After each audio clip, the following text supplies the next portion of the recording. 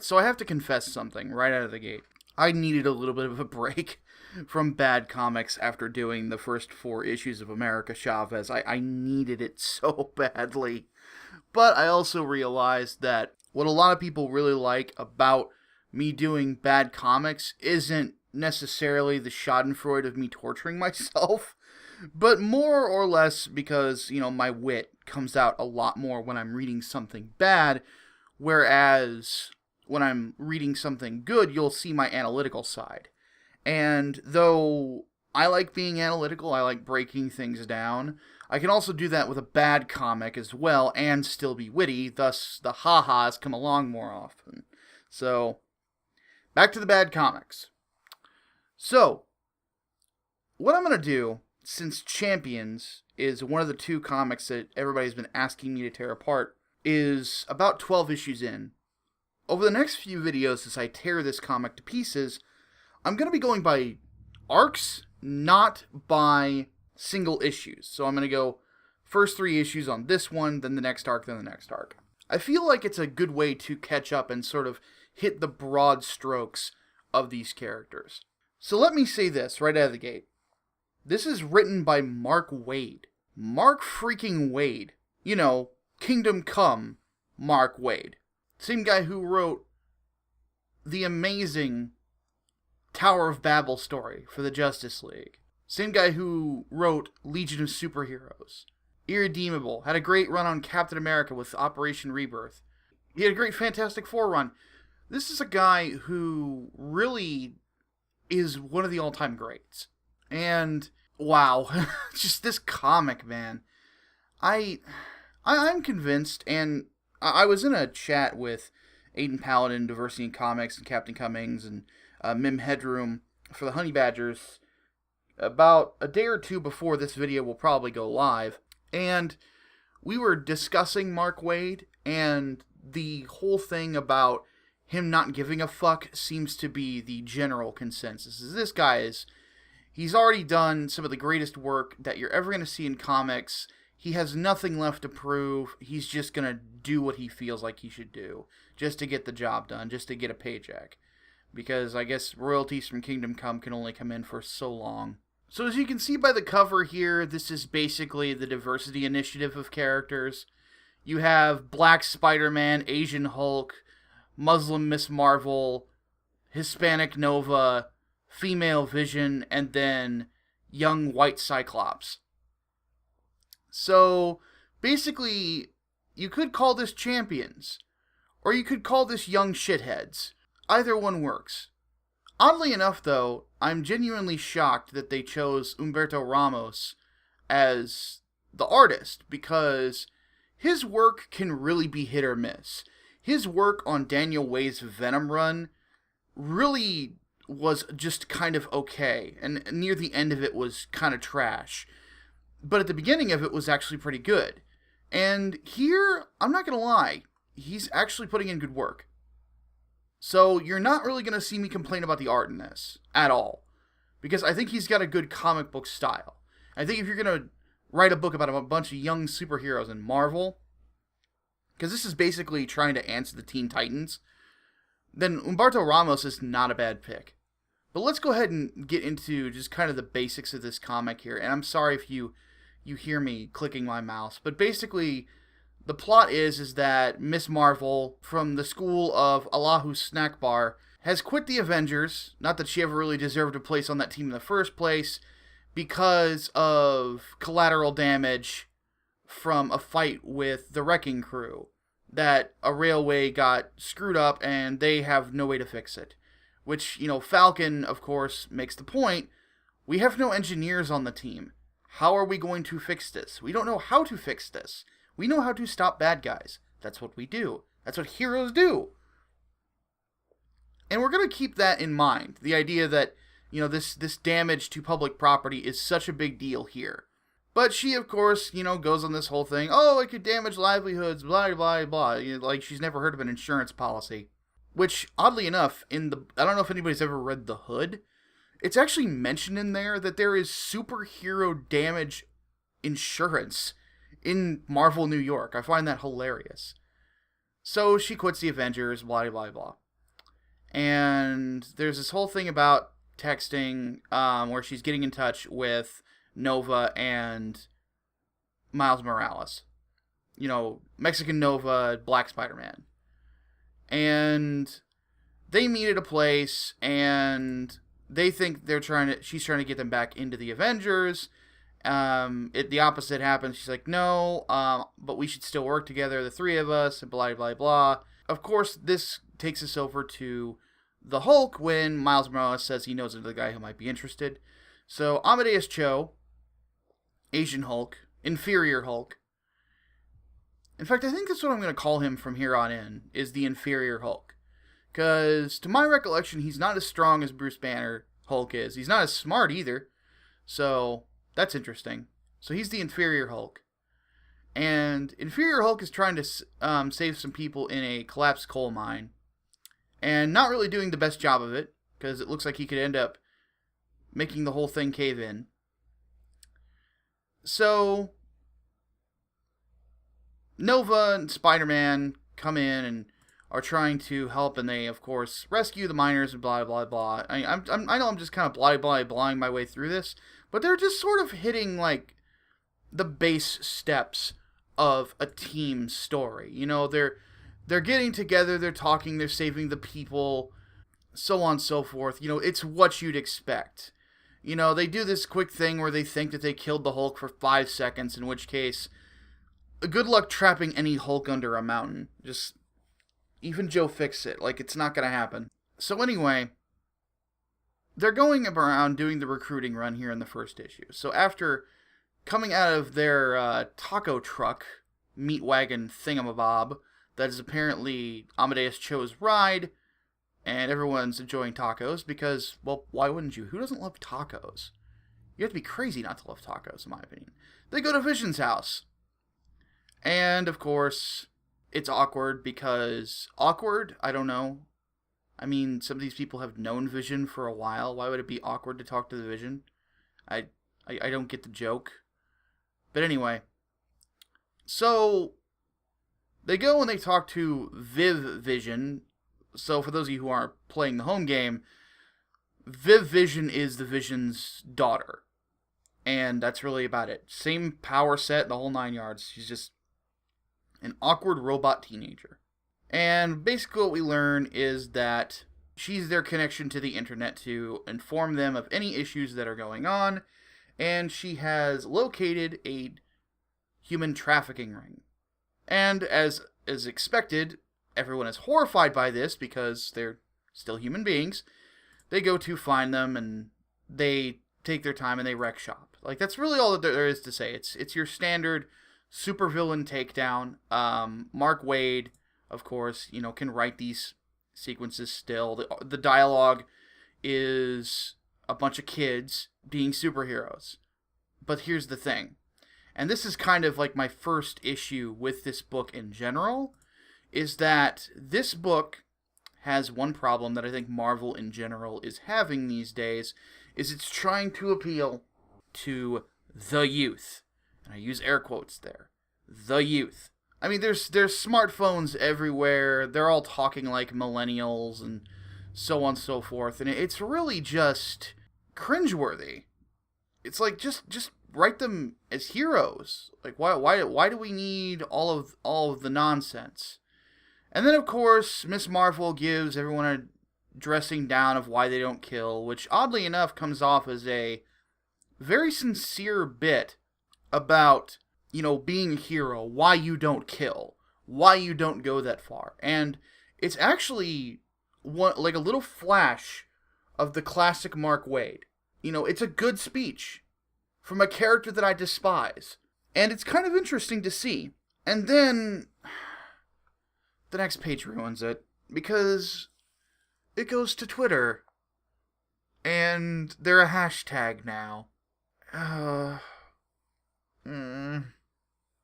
Why? Why? You just ruined it. Like, we can't have this moment where they walk away and feel better about what they just did, despite the fact that a girl lost her life. That they can't realize that, you know, this is what it means to be a hero. that, you do the right thing even when it doesn't necessarily feel right. No, we get smartphones and hashtags.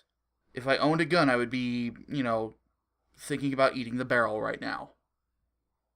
I mean, for fuck's sake, one of the fucking Twitter statements is finally woke. The pain. Okay, next issue. Next issue is actually kind of, lame. Not gonna lie. Mostly because it's a campfire thing where there's just a lot of dialogue between a bunch of kids. And it comes across as dialogue between just a bunch of kids. Again, this is the book trying to appeal to the youth. And I don't think that kids would really want to really read this book. I mean, superheroes these days don't necessarily appeal to teenagers. Really, the best demographics for superheroes seem to be younger children and then young adults. And I would never in my life let a younger child read this, because they're not going to understand why there is a bunch of girls in their underwear that are locked in a shipping container for a trafficking ring. They're just not going to understand that. So it's fucking stupid. And on top of that, there is a point where Viv Vision gets triggered and accuses somebody of a microaggression. Oh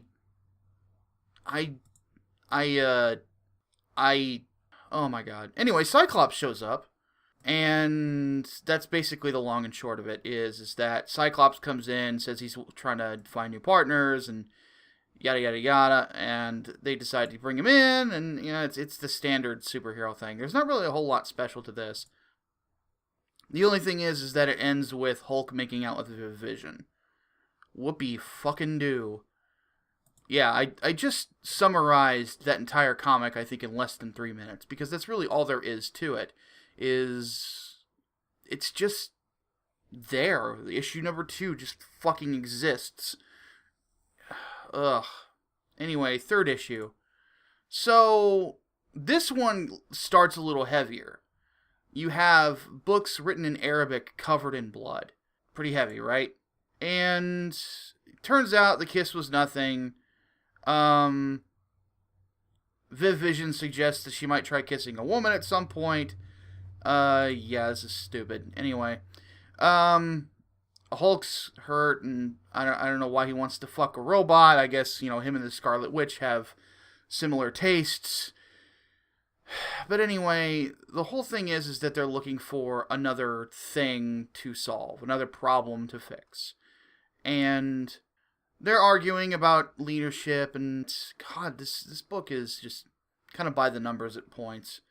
It's what you'd expect. If you're looking for a team book, that's what it is. I'm old, I'm jaded. I've seen this sort of thing 1,000 times. And one thing that you'll see during the course of this is that Cyclops is the voice of reason, which should be expected. I mean, it's a younger Cyclops. It's a younger Scott Summers before he went all Adolf Hitler.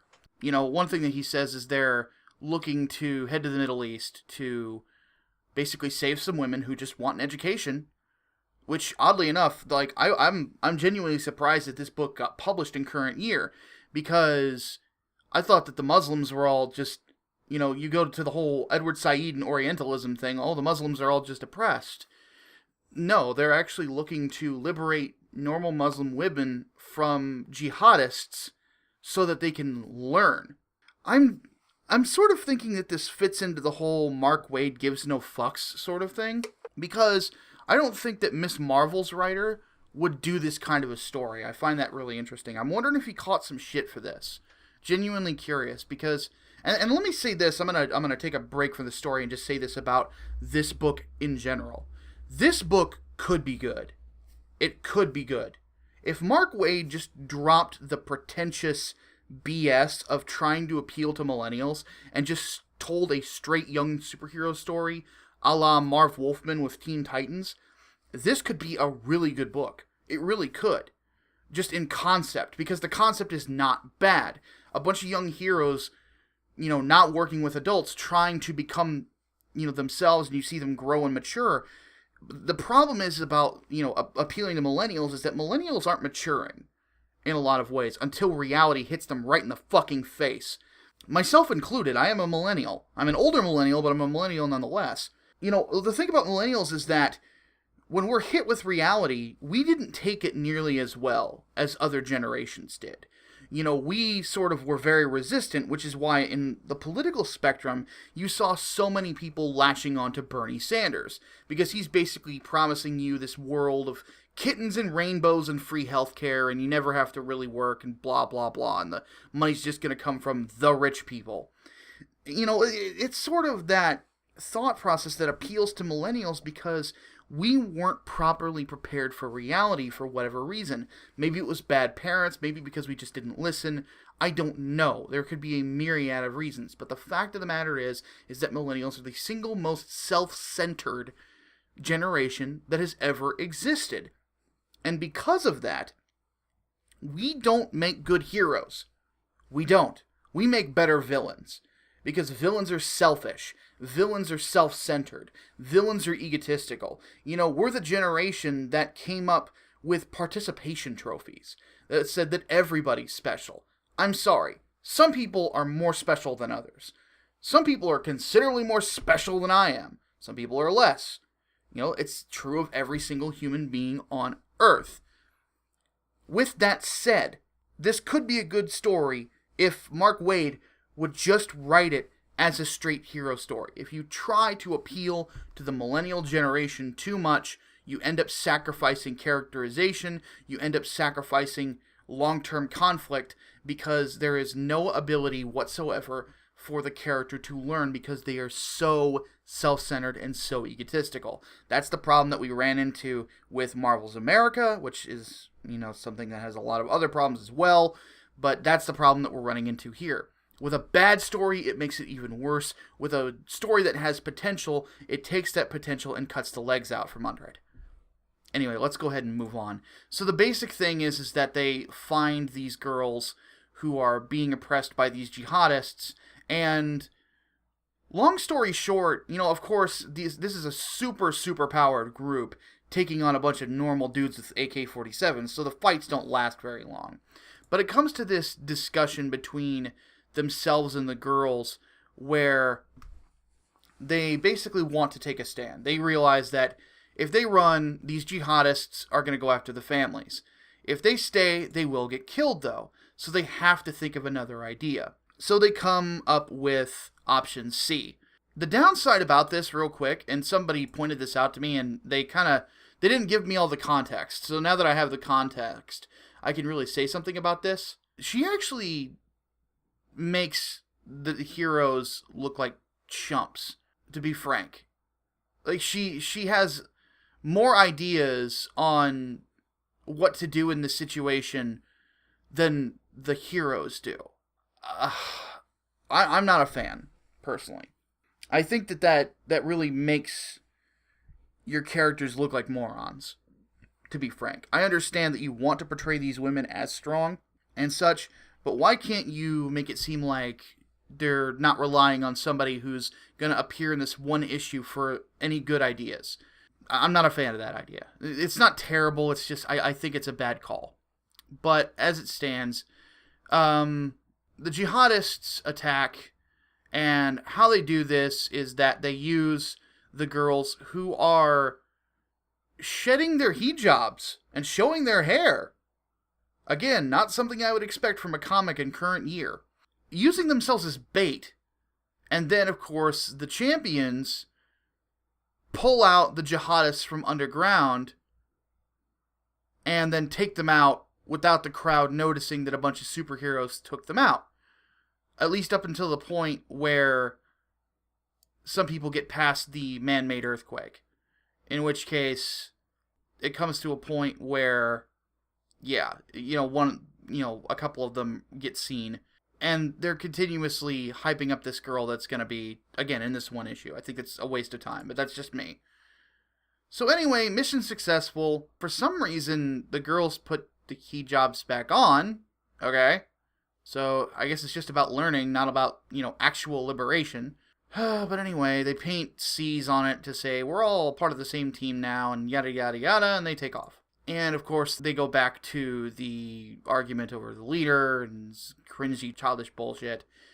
And one thing I will admit is funny is Amadeus Cho, who is portrayed fairly consistently as the world's dumbest smart person in comics.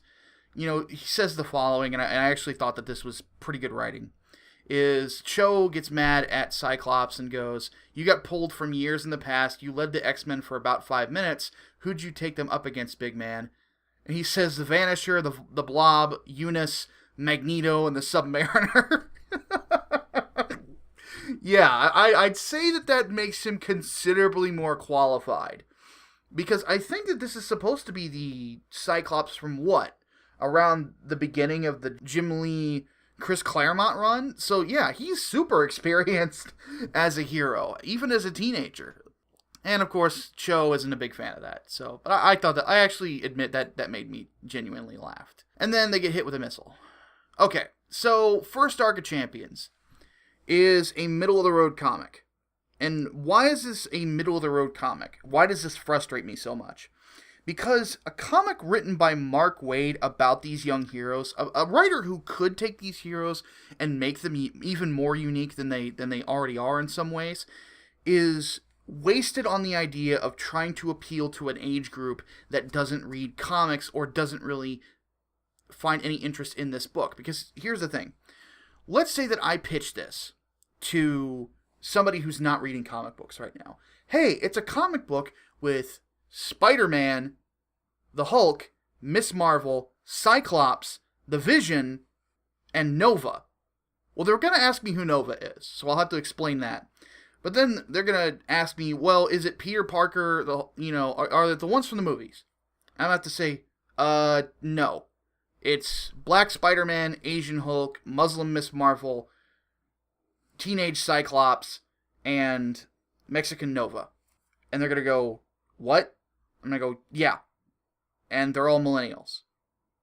And they're probably going to go, yeah, I'm not reading that. So, just out of the gate, you're running at a disadvantage. But Mark Waid's the kind of guy who has the talent to make this team relevant.